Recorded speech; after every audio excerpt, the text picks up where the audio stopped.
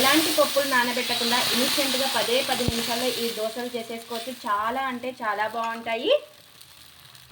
ఇన్స్టెంట్గా 10 నిమిషాల్లో ఈ దోశలు అనేవి చేసేసుకోవచ్చు. ఇవి ఏం దోశలో తెలుసా? పచ్చి కొబ్బరితో చేసిన దోశలు. మరి ఎలా ఏంటనేది మీకు చూస్తేనే కదా అర్థమవుతుంది. లేట్ ఎందుకు, ఇంకా వీడియోలోకి వెళ్ళిపోదాం పదండి. ముందుగా 1 కప్పు రేషన్ బియ్యం అయితే తీసుకున్నాను. ఇక్కడ వచ్చేసి నేను రేషన్ బియ్యం తీసుకుంటున్నాను. ఒకవేళ మీకు రేషన్ బియ్యం లేకపోతే నార్మల్ బియ్యం అయినా తీసుకోవచ్చు.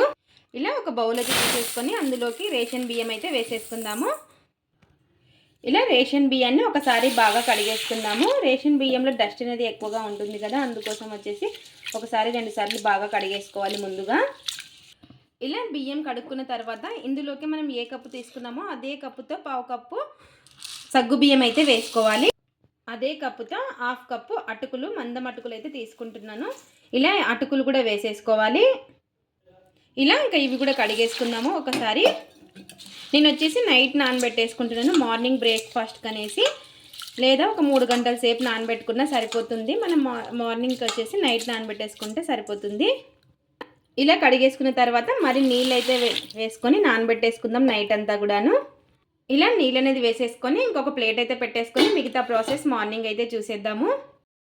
ఇక్కడ వచ్చేసి మార్నింగ్ చూడండి, మనకి సగ్గు బియ్యము అటుకులు అన్నీ కూడా నానిపోయాయి. ఇప్పుడు ఈ నీళ్ళన్నీ కూడాను వంపేసుకుందాము. ఇలా నీళ్ళన్నీ కూడా వంపేసుకున్న తర్వాత దీంట్లోకి మనం ఏ కప్పుతో బియ్యం తీసుకున్నామో అదే కప్పుతో 1 కప్పు కొబ్బరిని అయితే వేసుకోవాలి. ఒకవేళ మన దగ్గర టెంకాయ పచ్చిపాలది ఉంటుంది కదా, ఆ టెంకాయదైనా లోపల తీసుకొని వేసుకోవచ్చు, నేతదైనా. ఇలా 1 కప్పు కొబ్బరి వేసుకొని ఒకసారి మొత్తం కూడా కలిపేసుకుందాము. ఇప్పుడు వీటన్నిటిని కూడా మెత్తగా మిక్సీ అయితే పట్టేసుకోవాలి. ఒక మిక్సీ జార్ అయితే తీసేసుకొని ఇందులోకి ఎంతైతే పడుతుందో అంత వేసుకోవాలి. ఇలా వేసుకొని నీళ్ళు అనేది వేసుకుందాం. ఇప్పుడు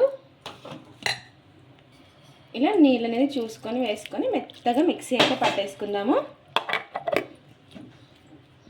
ఇలా ఇంకా మిక్సీ పట్టేసుకున్నది ఒక బౌల్లోకి అయితే వేసేసుకుందాము.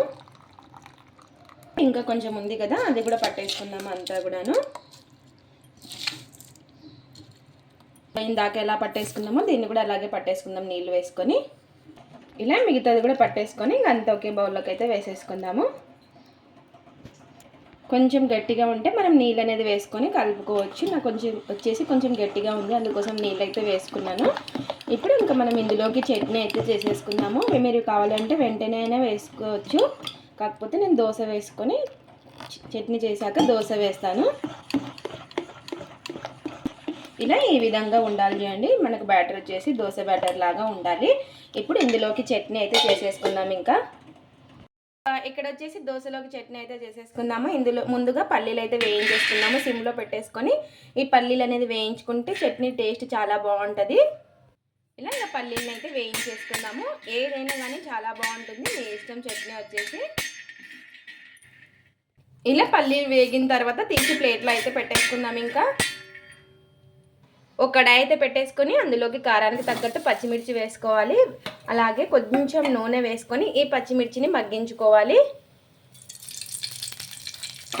ఇలా పచ్చిమిర్చి కూడా వేసుకొని ఒకసారి నూనె వేసుకొని ఒకసారి బాగా కలిపేసుకుందాము.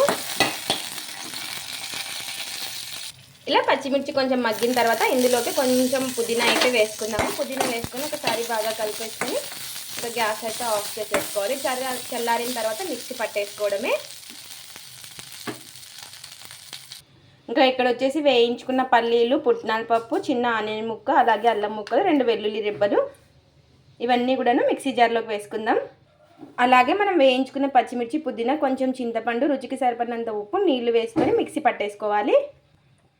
ఇలా ఇంకా మిక్సీ పట్టేసుకున్నాక పోపు కూడా పెట్టేసుకున్నాను, చూసారు కదా. ఇంకా జీలకర్ర, ఆవాలు, కరివేపాకు, నూనె వేసేసుకొని చట్నీ అయితే రెడీ అయిపోయింది.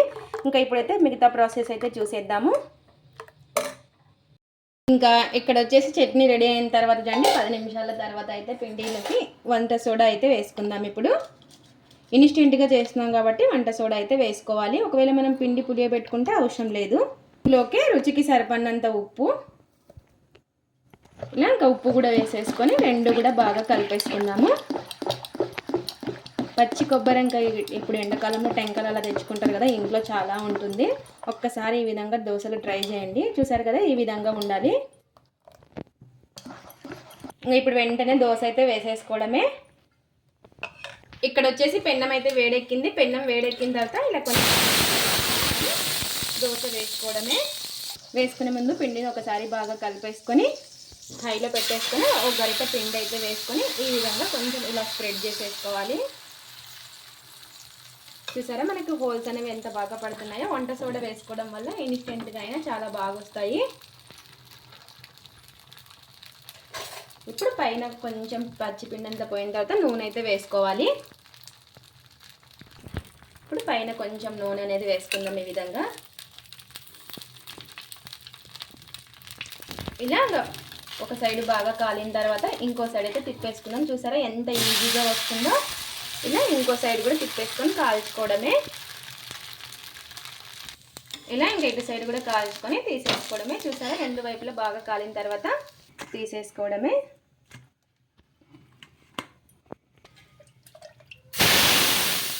అలాగే ఇంకో దోశ కూడా వేస్తున్నాను. ఇలా ఒక గరిట పిండి వేసేసుకొని ఇలా ఈ విధంగా కొంచెం స్ప్రెడ్ చేసేసుకోవడమే.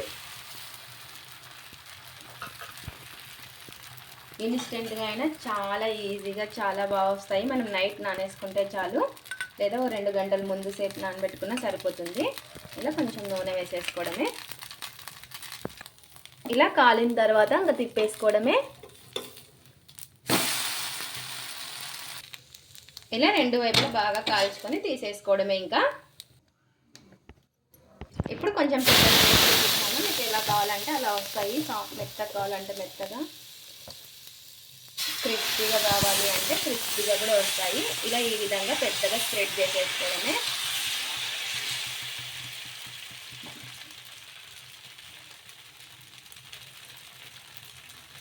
ఇప్పుడు కొంచెం పైన నూనె అనేది వేసేసుకోవడమే. ఇలా ఇంకా ఈ దోశను కూడా ఇంకా రెండు వైపులా బాగా చూసారా ఎంత ఈజీగా వస్తున్నాయో. మనం నార్మల్ దోశల కంటే ఈ దోశలు ఇంకా ఈజీగా వస్తాయి. ఇంకా అన్ని దోశలు కూడా ఇదే విధంగా మీకు నచ్చినట్టు చేసేసుకోవడమే. ఇలా ఇంకా రెండు వైపులా బాగా కాల్చుకొని మీకు క్రిస్పీగా కావాలంటే క్రిస్పీగా, ఎలా కావాలంటే అలా చేసేసుకోవచ్చు. ఇప్పుడు టేస్ట్ అయితే చూసేద్దాం. ఎంతో టేస్టీగా ఉండే పచ్చి కొబ్బరితో దోశలు అయితే రెడీ అయిపోయాయి. ఇంకా ఇందులోకి చట్నీ అయితే చేసేసుకున్నాం కదా, ఆ చట్నీలోకి టేస్ట్ అయితే చూసేద్దాం. చూసారా మనకు క్రిస్పీగా కావాలంటే క్రిస్పీగా కూడా వస్తాయి దోశలు. సాఫ్ట్గా కావాలి అంటే సాఫ్ట్గా చాలా బాగుంటాయి. స్పాంజీగా నోట్లో పెట్టుకుంటే కరిగిపోయేలాగా ఉంటాయి. ఇది ఫ్రెండ్స్ ఇవాల్టి వీడియో. మా వీడియోస్ కనుక మీకు నచ్చినట్టయితే లైక్ చేయండి, షేర్ చేయండి, కామెంట్ చేయండి, సబ్స్క్రైబ్ చేసుకోండి. స్కిప్ చేయకుండా పూర్తి వీడియో చూడండి. చూసిన వాళ్ళు ఒక లైక్ అయితే చేయండి.